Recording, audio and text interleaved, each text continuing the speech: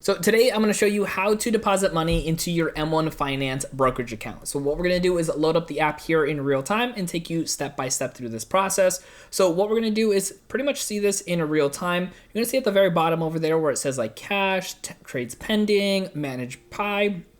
And then we see that little line bar right over there. So what we can actually do is slide that little bar right up, and then you're going to see a new option that says deposit.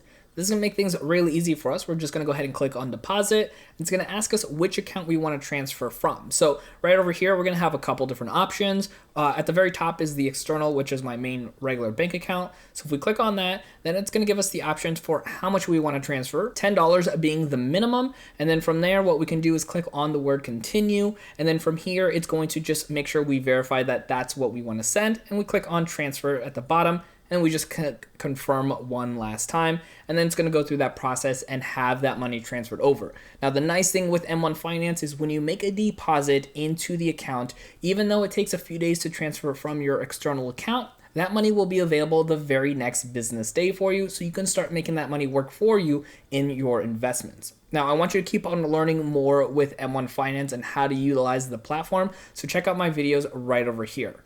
My name is Dennis, and I will see you in that next video.